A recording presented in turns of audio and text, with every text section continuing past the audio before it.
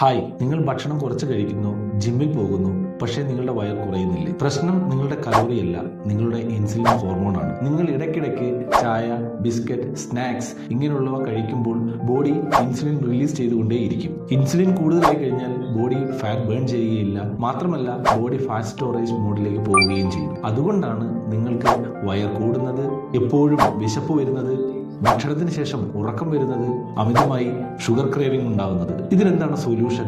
നാം പ്രോട്ടീൻ അടങ്ങിയ ആഹാരം കഴിക്കാൻ വേണ്ടി ശ്രദ്ധിക്കുക. ഭക്ഷണത്തിന് ശേഷം ചെറിയൊരു വാക്കിംഗ് നടത്തുക. നാം കഴിക്കുന്ന ലിക്വിഡ് കലോറികൾ കുറയ്ക്കുക. അതായത് നാം ഉപയോഗിക്കുന്ന സ്വീറ്റ് ഡ്രിങ്ക്സ്, അതുപോലെ പാക്ഡ് ജ്യൂസസ് എന്നിവ ഒഴിവാക്കുക. അതുപോലെ തന്നെ പ്രധാനപ്പെട്ട ഒരു കാര്യമാണ് നിങ്ങളുടെ ഉറക്കത്തെ കറക്റ്റ് ആക്കുക എന്നുള്ളത്. നിങ്ങൾ ഒരു കാര്യം മനസ്സിലാക്കുക, നിങ്ങളുടെ മെറ്റബോളിസം ശരിയാക്കാതെ നിങ്ങളുടെ ഫാറ്റ് ലോസ് നടക്കുകയില്ല. ഇനി നിങ്ങളുടെ മെറ്റബോളിസം ശരിയാക്കാൻ റീസെറ്റ് എന്ന DM ചെയ്യുക. അതുപോലെ തന്നെ ഫോളോ ചെയ്യാൻ മറക്കരുത്. താങ്ക്